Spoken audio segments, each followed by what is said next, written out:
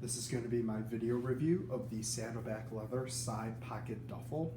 This particular bag is one of the first couple iterations of Side Pocket Duffle. As you can see, this is one of the original logos that they had from several years ago.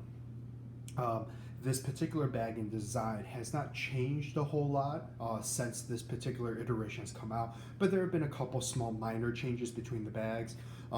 This particular review is going to focus on two things. I wanted to give a good example of the tobacco leather that Saddleback makes, specifically that kind of velvety color tobacco that you can see here. And this is slightly different than the tobacco color that the current Saddleback bags have, and the new roughed up tobacco is trying to emulate in the current iteration that is being sold by Saddleback starting this year. Thought it was a little bit boring to just do the same kind of briefcase reviews over and over again. So we're going to branch out a little bit into other pieces of luggage and other pieces of bags I also have. Talking first specifically about the leather, this is a very sought after leather. I think for most business travelers, this is probably seen as a less than ideal leather bag to use just because it's so light. There's very minimal dye to it. It's a bag that's going to patina extremely well, but this also means that this is a bag that's going to get dirty pretty easily, that you could, get scuff marks on it and it'll just kind of pick up the dirt and the grime. So people get a little bit nervous bringing this out into the airport on a daily basis. This particular bag is a very good example. It's mostly unused. You can see even on the handle here, there hasn't been a whole lot of use on this particular bag. And you can see the leather is very soft, very velvety. As I'm kind of brushing back and forth here, you can see kind of the grain on the leather changing slightly. This is what makes this specific leather just so sought after and why so many people like it so much. Couple unique things about this particular bag.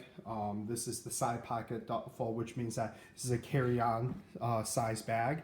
It's one that actually I find does much better in car trips than it does on plane trips. So this duffel itself has 5 separate straps to it. The lid itself cannot come up unless all 5 straps are taken off.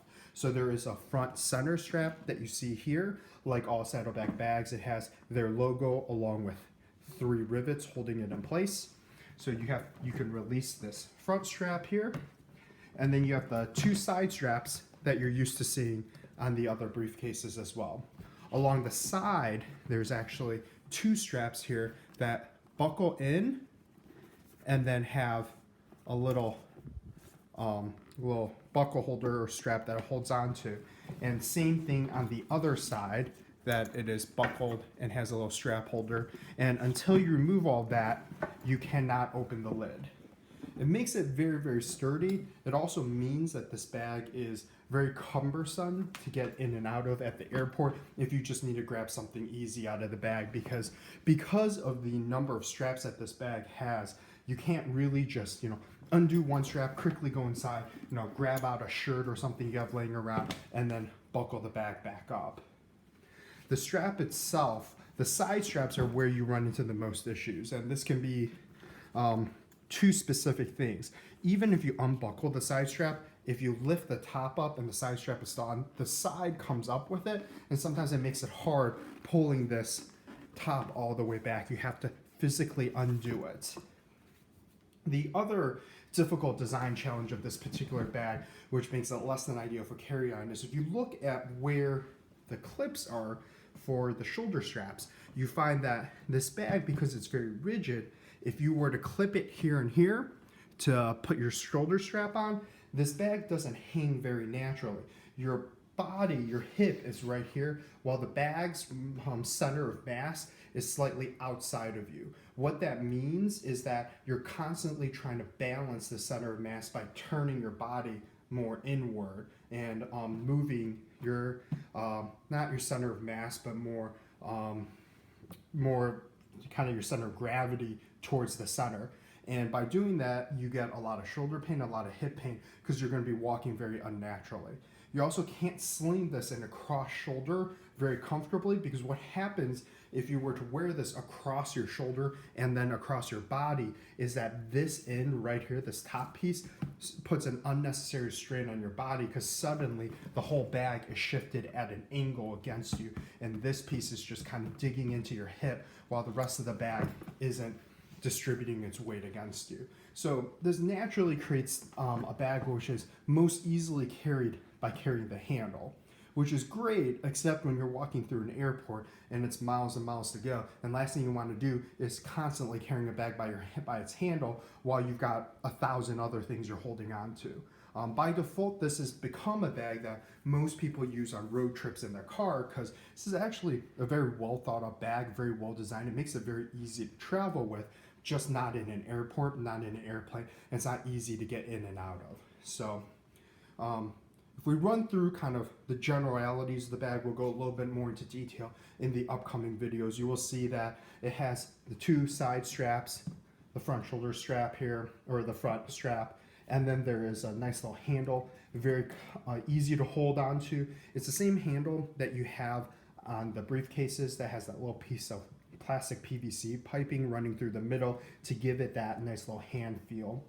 Across the top here, you have an extremely well riveted handle. If you see here, it's 1, 2, 3, 4, 5, 6 rivets holding each side of it down. These 6 rivets are necessary because not only does the handle pull from here, the actual shoulder straps themselves are supported here as well as the 2 side straps to the bag, which means that this becomes a very high loading point for the bag. So 6 rivets and stitching on ensures that this part of the bag will not fail on you, and you won't be walking through the airport when suddenly this bag just, breaks down and one of these rivets pulls out, or this whole thing just collapses. Along the back of the bag here, you have the same large magazine pocket that exists on some of their other products as well, and it allows you to throw things easily in and out of the bag. So while you're going along the airport, if you need to throw in newspapers, your tickets, your wallet as you're going through security or something, this is a quick access pocket that you can get to. Clearly, this isn't going to be holding everything, and it's not exactly the most secure place to put things because anybody can reach in and take things out. These side pockets, however, if you wanted to, there is a way to do this where this can be a quick access. The easiest way to do it is when you strap it down, to not put it through this other strap that secures the lid down, and just strap it like this. And if you skip that strap and all you have here is essentially a single strap holding that pocket down, if you needed quick access to this pocket, if you were to just quickly take the strap off, you could theoretically get to this pocket easily without having to open the whole lid of the bag. If you look at the way this leather is made here in this pocket, you kind of see here that there's depth and it's folded upwards. So this pocket has a natural tendency to open up. The first couple iterations of this bag didn't have this, which made it really difficult to get in and out of this pocket. This natural opening for the pocket allows you to throw a lot of things there easily, and for your hand to fit in and grab things really easily. It is a bit of this is a stiff bag, it hasn't been used a whole lot, but if you look at videos of bags that have been used a long time, this pocket starts to become a little floppy and much easier to access. Along the other side of the bag, you have the exact same thing, so you have another pocket, side pocket here that you can get to as well very easily. So for traveling through the airport and quick access, these are probably the 2 pockets you would utilize the most.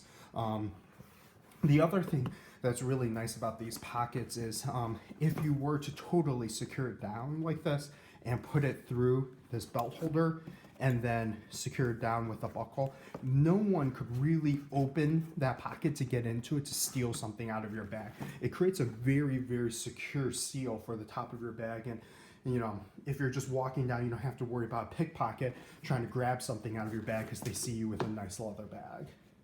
The bottom of this bag here has just one solid, beautiful piece of leather and these 2 straps running across the front.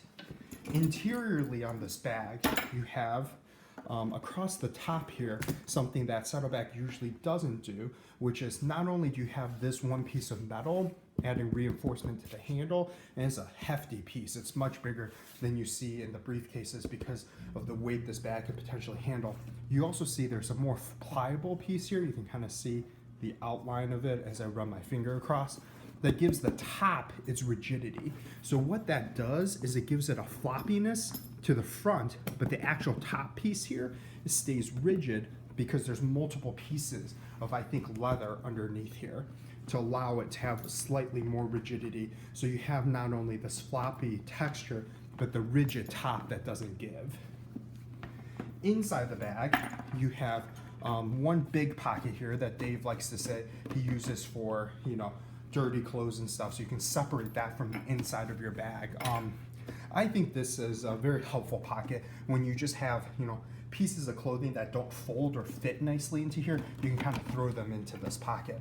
You also have two of these side pockets along here that are fairly large that you can throw into tiny little pieces, if you have, chargers and things that don't fit in, or just little knickknacks that you want to travel with, but you don't want to put it in the large middle compartment. This large middle compartment is very, very well thought out. It's large enough that you can easily fold clothing and just put it in there, but it's also not too deep like some of their backpacks that you have to reach all the way in and pull things out. The depth is low enough that, even if you pile clothing from the bottom to the top, you could quickly access pieces. Along the bottom of this bag, there's also this piece of pigskin lined, and I don't really know what's in the middle here. I think it's not leather, it's some type of pliable plastic, I think, that gives the bottom the rigidity and the structure, so that way the bag holds its structure. So you have not only the top piece itself giving the bag some rigidity, but you also have this bottom piece doing the exact same thing.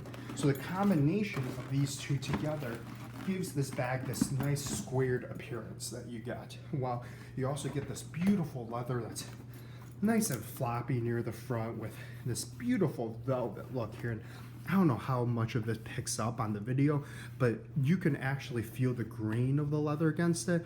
And if you slide your hand back and forth, it actually makes a little imprint on the leather. It's absolutely gorgeous. The bag itself also comes with a strap.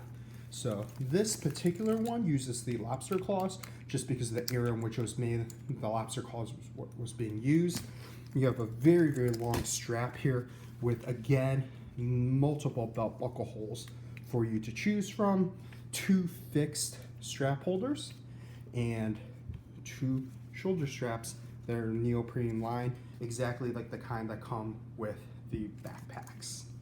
So this is my review of the Saddleback side pocket duffel in tobacco brown.